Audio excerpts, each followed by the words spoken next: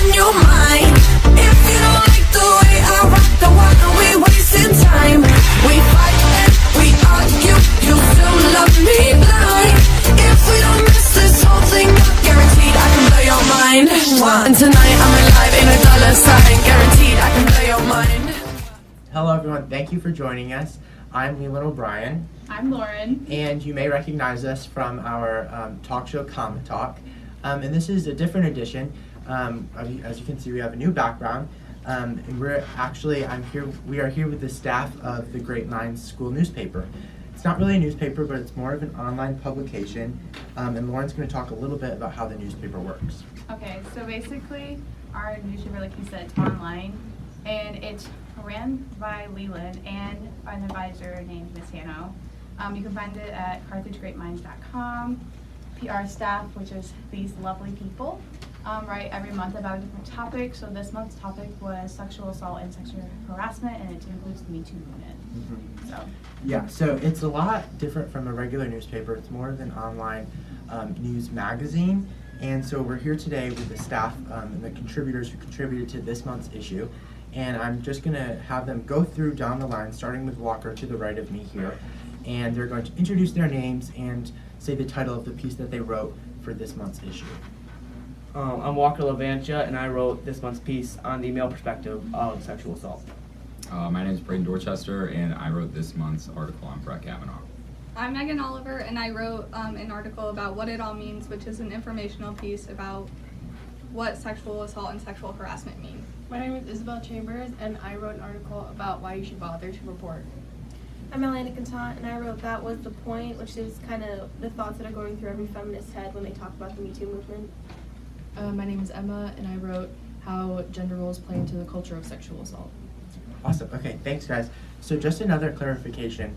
Our show CometTalk is much more, we break down pop culture issues, political issues, and some other things. But so this episode is only going to be on the issue of the month, and we're going to talk about our pieces and some controversial topics within those.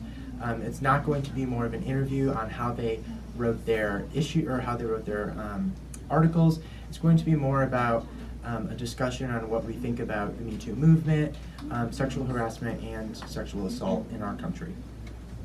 Okay, so the first question I have for the contributors for this month is, what do you guys feel about Judge Kavanaugh being confirmed into the Supreme Court? Like, if you agree with it, raise your hand, and then if you raise your hand, feel free to explain why you feel that way. And and then also if you disagree, you're welcome to state why you disagree too. So we'll start with, so raise your hand if you think that it was appropriate and that he should have been appointed or confirmed. Okay. Who wants to kind of start off the conversation today? Why? All right, so I guess I'll start off the conversation. So I wrote the article about it. I thought that there was not enough substantial evidence on Ford's side for Kavanaugh to not be confirmed into the court. I thought that she brought up a lot of witnesses that could have been potentially helpful for her side, but unfortunately those witnesses didn't check out and help her in the long run. Walker, you wrote about the other side as well. You kind of branched off into the much more general piece, similar to Braden. What did you think specifically about the Kavanaugh appointment? Well, I thought that, similar to Braden, looking at the evidence that was there versus the evidence that wasn't there, it was just much more leaning towards the side of Kavanaugh's innocence and a sense of not necessarily it not being true, but there just wasn't enough to support Ford's beliefs. I know, Aliana, you wrote a lot about, like you said in the introduction, the feminist movement. How do you think that that was maybe affected by the Supreme Court nomination? Honestly, I don't know that much about Brett Kavanaugh's induction into the Supreme Court, but from what I do know about the Me Too movement and how people feel about sexual assault cases being related to politicians and all that, I think that a lot of people might have thought Brett Kavanaugh's induction might have been a little, I don't know. I don't know. Maybe premature? Premature, yeah, that's the word I was thinking, but I think they should have investigated a tiny bit more, maybe gone it, because with cases like that, what happens is they bring up the case, and then the people who are like affected by it, they don't have enough evidence because it might have happened so long ago. So, I mean, and not even just looking at the fact that he may or may not have assaulted that girl 30 years ago, maybe just looking at his performance in that case to kind of review like how he would act in any other cases being in the judiciary Right. system. So. Emma, I know also that you wrote a lot about in terms of like gender roles. How much do you think that that played into his case specifically, and how he acted in like college, and how do you think that like your piece is kind of relevant to it? I saw you nodding your definitely head. think that has a lot to do with what happened or what may have happened because like I said in my piece, generally like gender roles, especially like for men, they focus on men being like strong and like the like ideal of masculinity, and that in turn that causes a lot of like behavior such as like hypermasculinity, where like they men want to be seen as like the ideal version of masculinity, so it drives them to like rationalize that things like sexual assault against women and like that kind of thing is like acceptable or okay or not a big deal, which is definitely the kind of culture, especially back in like the 80s when like it like allegedly happened. Like that was not like that was very permanent, and that was like very present in society, and even though it wasn't talked about, we know that like it definitely was happening. Right. Yeah. All right. Lauren's gonna bring up our next topic. Okay, so the next like discussion topic is Charlie Rose was accused of sexual assault and harassment, and was fired from CBS due to that just a little bit over a year ago. And now he is hosting a show where he interviews men who have also lost their jobs due to sexual harassment and sexual assault allegations. Do you guys feel like this is like okay that he's given this platform to discuss it, or like no? Yeah. It's projected that he might do a show on it, but yeah, we still kind of want your thoughts on it. It's like vague and like unclear though Yeah. with it. So. Well, I wrote my piece similar to this circumstance where in my piece I mentioned some men that are falsely accused of sexual assault and have to face these consequences. So I think it's a good idea in the sense that it allows for men that are in this situation to get their ideas out, because we may not hear as much from their side, which is what my piece is based all around. So. Right, like how the women have the whole like Me Too movement as their kind of platform. I feel like this is a chance for men, especially those who are like falsely accused, to kind of state their side and like how it all presented itself and how they were accused and how it came to be like not true, or if it was true, like how it all played out. Right.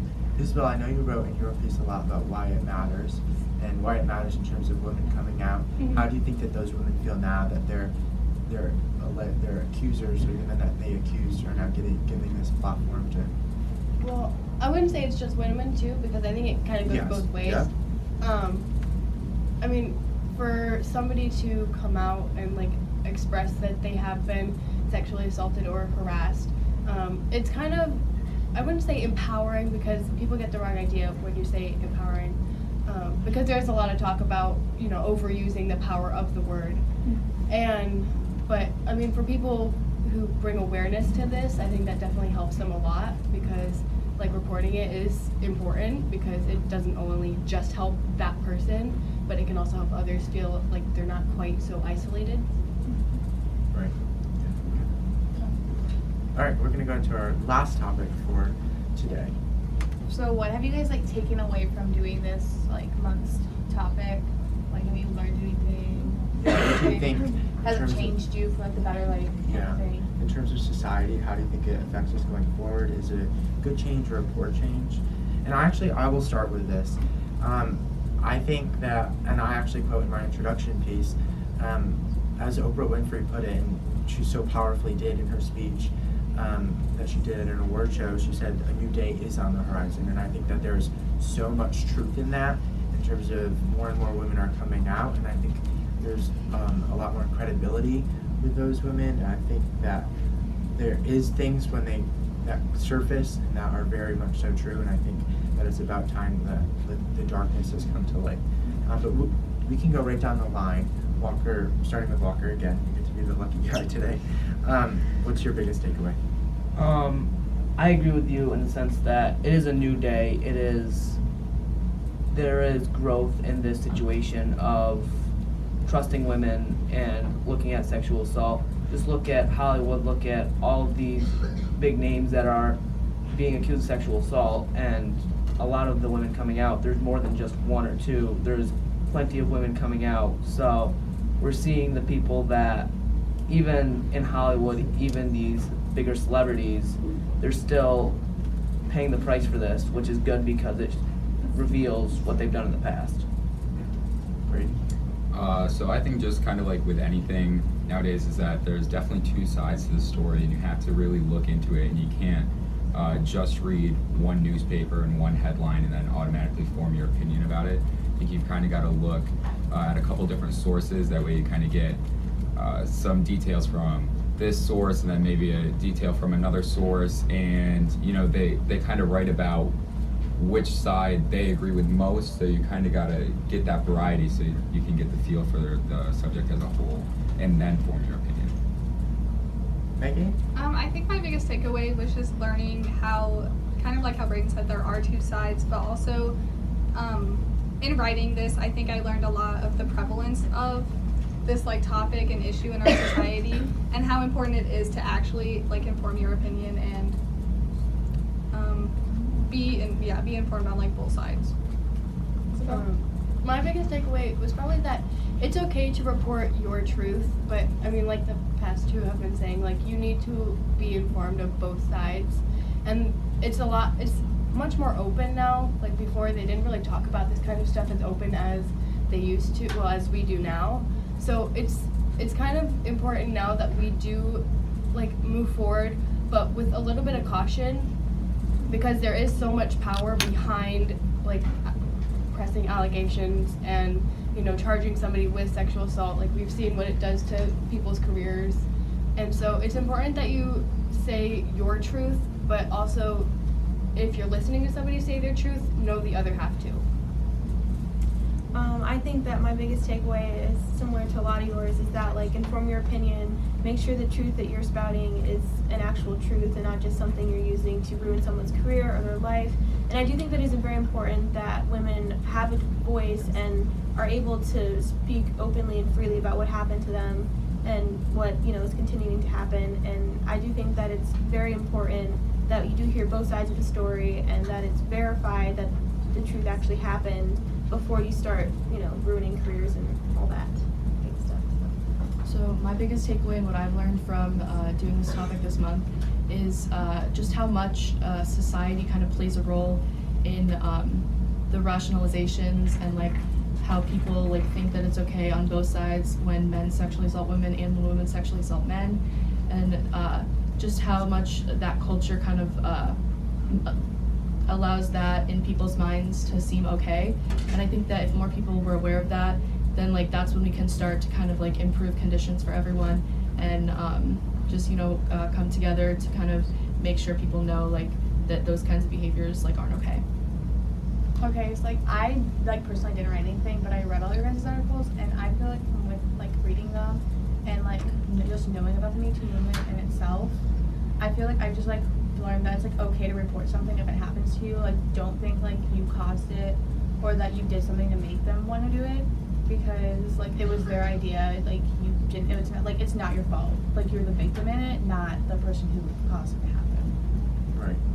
All right, that wraps up our very first edition of our Great Minds spin-off to CometTalk. I'd like to thank all of you for joining us today and for your pieces, and I'll thank all of you guys for joining us today. See you next time for our very next edition, which is still in the works, but so leaving on a cliffhanger. So we hope to see you next time for our next issue.